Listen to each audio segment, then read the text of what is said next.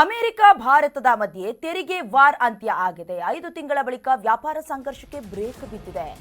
ನಿಮಗೆ ಗೊತ್ತಿರೋ ಹಾಗೆ ಅಮೆರಿಕ ಸುಮಾರು 50ರಷ್ಟು ಸುಂಕವನ್ನ ಹೇರಿತ್ತು.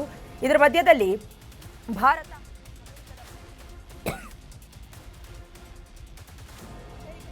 ತೆರಿಗೆ ವಾರ್ ಅಂತ್ಯವಾಗಿದೆ.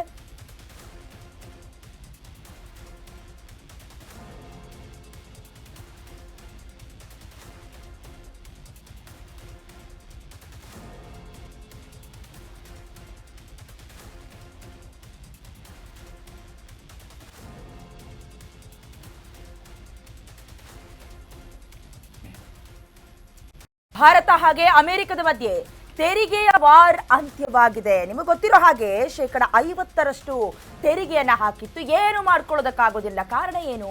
ರಷ್ಯಾದೊಂದಿಗೆ ಭಾರತದ ಸಂಬಂಧ ಚೆನ್ನಾಗಿತ್ತು. ಅದನ್ನು ಸಹಿಸಿಕೊಳ್ಳೋದಕ್ಕೆ ಅಮೆರಿಕ ಆಗ್ತಾ ಇರಲಿಲ್ಲ. ಸುಮಾರು 5 ತಿಂಗಳಿನಿಂದ ಈ ವ್ಯಾಪಾರದ ಸಂಘರ್ಷವನ್ನ ಸಾರ್ತಾ ಇತ್ತು. ಇದಕ್ಕೆ ಬ್ರೇಕ್ ಬಿದ್ದಿದೆ. ಭಾರತ ಹಾಗೆ ಅಮೆರಿಕದ ನಡುವೆ ವ್ಯಾಪಾರದ ಒಪ್ಪಂದ ಆಗಿದೆ. ಮೋದಿ ಹಾಗೆ ಟ್ರಂಪ್ರಿಂದ ವ್ಯಾಪಾರ ಒಪ್ಪಂದದ ಘೋಷಣೆಯಾಗಿದೆ. ಭಾರತದ ಸರಕುಗಳಿಗೆ ಅಮೆರಿಕ ತೆರಿಗೆ 18% ಇಳಿಕೆಯಾಗಿದೆ. ಅತ್ಯಾಶ್ಚರ್ಯ ಆದ್ರೂ ಹೌದು. ಅಮೆರಿಕಕ್ಕೆ ರಫ್ತುದಾರರಾದಂತಹ ದೇಶದ ಸಾಲಿನಲ್ಲಿ ಭಾರತಕ್ಕೆ ಕಡಿಮೆ ಟ್ಯಾಕ್ಸ್ ಏನಾಗಿದೆ ಟ್ರಂಪ್ಗೆ ಅಂತ ಮೋದಿ ಟ್ರಂಪ್ ನಡುವೆ ಮಾತುಕತೆಯಾಗಿದೆ. ಟೆಲಿಫೋನ್ನಲ್ಲಿ ಕರೆ ಮಾಡಿದ್ರಂತೆ. ಒಪ್ಪಂದ ಘೋಷಣೆಯಾಗಿದೆ. ವ್ಯಾಪಾರ ಒಪ್ಪಂದದ ಬಗ್ಗೆ ಮೋದಿ ಟ್ರಂಪ್ ಟ್ವೀಟ್ ಕೂಡ ಮಾಡಲಾಗಿರೋದು. ನಿನ್ನೆ ಕಾಲ್ ಮಾಡೋದ್ರ ಮೂಲಕ ಕೆಲವೊಂದಷ್ಟು ಮಾತುಕತೆಯಾಗಿದೆ.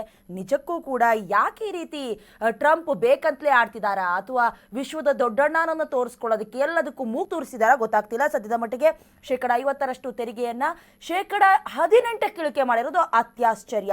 ನೀವು ಇದೇ ವಿಚಾರಕ್ಕೆ ಸಂಬಂಧಪಟ್ಟಂತೆ ಡೀಟೇಲ್ಸ್ ಅನ್ನ ಕೊಡ್ತಾ ಹೋಗ್ತಾರೆ ನಮ್ಮ ರಿಪೋರ್ಟರ್ ವಿನಾಯಕ್ ದೂರವಾಣಿ ಸಂಪರ್ಕದ ಮೂಲಕ. ವಿನಾಯಕ್, ಕೆಲವೊಂದಷ್ಟು ಬಾರಿ ಈ ಡೊನಾಲ್ಡ್ ಟ್ರಂಪ್ ಅವರ ನಡೆನೇ ಅರ್ಥ ಮಾಡ್ಕೊಳ್ಳೋದಕ್ಕಾಗೋದಿಲ್ಲ. ಭಾರತವನ್ನ ಟೀಕಿಸ್ತಾರೆ, ಅದರ ಮಧ್ಯದಲ್ಲಿ ಸುಂಕವನ್ನ ಸಾರಿದ್ರು, ಈಗ 18% ಇಳಿಕೆ ಮಾಡಿದ್ದಾರೆ ಶೇಕಡವಾರು. ಏನಾಗ್ತಾ ಇದೆ? ಏನಾದ್ರೂ ಅವ್ರಿಗೆ ಇದರಿಂದ ಪ್ಲಸ್ ಆಗುವಂತ ಸಾಧ್ಯತೆ ಇದೆಯಾ ವಿನಾಯಕ್? ಖಂಡಿತ ಜಾನೆ ಅಂತಂದ್ರೆ ವಿಶ್ವ ಮಟ್ಟದಲ್ಲಿ ಡೊನಾಲ್ಡ್ ಟ್ರಂಪ್ ತಮಗೆ ಬೇಕಾದಂತಹ ರೀತಿಯಲ್ಲಿ ಉಚ್ಚಾಟವನ್ನ ಮುಂದುವರಿಸಿರುವಂತದ್ದು. ಏನು ಪದೇ ಪದೇ ಭಾರತದ ಮೇಲೆ ಸುಂಕದ ಅಸ್ತ್ರವನ್ನ ಏರ್ತಾನೆ ಬರ್ತಾ ಇದ್ರು ಪ್ರಧಾನಿ ಮೋದಿ ಅವರು. ಈಗಲೇ 25% 2 ಬಾರಿ ಅಂದ್ರೆ ಒಟ್ಟು 50ರಷ್ಟು ಸುಂಕವನ್ನ ಭಾರತದ ಮೇಲೆ ಹೇರಿದ್ರು. ಈ ಪೈಕಿ ಏನು ಕಳೆದ ವರ್ಷ ಜೂನ್ ನಲ್ಲಿ 1 ಬಾರಿ ಹಾಗೂ ಆಗಸ್ಟ್ ನಲ್ಲಿ 2ನೇ ಬಾರಿ 25ರಷ್ಟು ಸುಂಕವನ್ನ ಹೇರಿದ್ರು. ಇದರಲ್ಲಿ ಆಗಸ್ಟ್ ನಲ್ಲಿ ಹೇರಿರುವಂತ ಈ 25ರಷ್ಟರಲ್ಲಿ ಈಗ 18ರಷ್ಟು ಸುಂಕವನ್ನ ಇಳಿಕೆ ಮಾಡ್ತೀವಿ, 18 ಇಳಿಕೆ ಮಾಡ್ತೀವಿ ಅಂತ ಈಗ ಡೊನಾಲ್ಡ್ ಟ್ರಂಪ್ ಅವರು ಹೇಳಿರುವಂತದ್ದು. ನಿನ್ನೆ ಸಂಜೆ ಪ್ರಧಾನಿ ಮೋದಿ ಹಾಗೂ ಟ್ರಂಪ್ ಅವರು ಧೋರಣಾಕರಣ ಮಾಡಿದ್ರು. ಈ ವೇಳೆ ಇಬ್ಬರು ನಾಯಕರು ಪರಸ್ಪರ ಮಾತುಕತೆ ನಡೆಸುವ ಮೂಲಕ ಈಗ ಸುಂಕವನ್ನ ಕಡಿತಗೊಳಿಸೋದಕ್ಕೆ ಟ್ರಂಪ್ ಮುಂದಾಗಿರುವಂತದ್ದು. ಇದು ಒಂದಿಷ್ಟು ಭಾರತಕ್ಕೆ ಪ್ಲಸ್ ಪಾಯಿಂಟ್ ಅಂತಾನೆ ಹೇಳ್ಬೋದು. ಯಾಕಂತಂದ್ರೆ ಭಾರತದ ಸಾಕಷ್ಟು ವಸ್ತುಗಳು ಈಗ ಭಾರತಕ್ಕೆ ಅಮೆರಿಕಕ್ಕೆ ಒಂದು ರಫ್ತಾಗುತ್ತೆ. ಹೀಗಾಗಿ ಒಂದು ಟ್ಯಾಕ್ಸ್ ಅನ್ನ ಕಡಿಮೆ ಮಾಡಿದ್ರೆ ಭಾರತಕ್ಕೂ ಒಂದಿಷ್ಟು ಲಾಭವಾಗುತ್ತೆ. ಬಟ್ ಇನ್ನೊಂದು ಏನಂತಂದ್ರೆ ಭಾರತ ಇಷ್ಟು ದಿನ ರಷ್ಯಾದಿಂದ ಕಚ್ಚಾ ತೈಲವನ್ನ ಖರೀದಿ ಮಾಡುತ್ತೆ ಅನ್ನುವಂತ ದೃಷ್ಟಿಯಿಂದ ಟ್ರಂಪ್ ಅವರು ಭಾರತದ ಮೇಲೆ ಸುಂಕಸ್ತ್ರವನ್ನ ಹೇಳಿದ್ರು.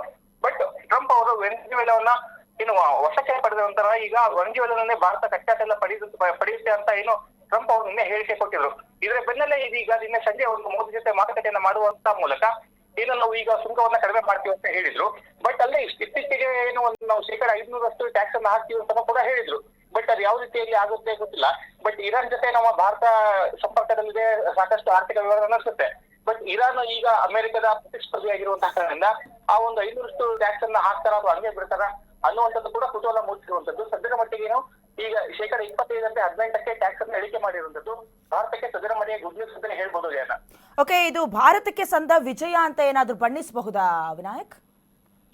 ಖಂಡಿತ ಅಲ್ಲ. ಯಾಕೆ ಅಂತ ಅಂದ್ರೆ ಕಳೆದ ವರ್ಷ ಇದೇ ಏಪ್ರಿಲ್ ತಿಂಗಳಲ್ಲಿ ನಾವು ನೋಡೋದಾದ್ರೆ 18%ರಷ್ಟು ಮಾತ್ರ ಟ್ಯಾಕ್ಸ್ ಇತ್ತು. ಬಟ್ ಟ್ರಂಪ್ ಅವರು ನಮ್ಮ ಭಾರತದ ಮೇಲೆ 50ರಷ್ಟು ಟ್ಯಾಕ್ಸ್ ಅನ್ನ ಹಾಕಿರುವಂತದ್ದು ಟೋಟಲ್.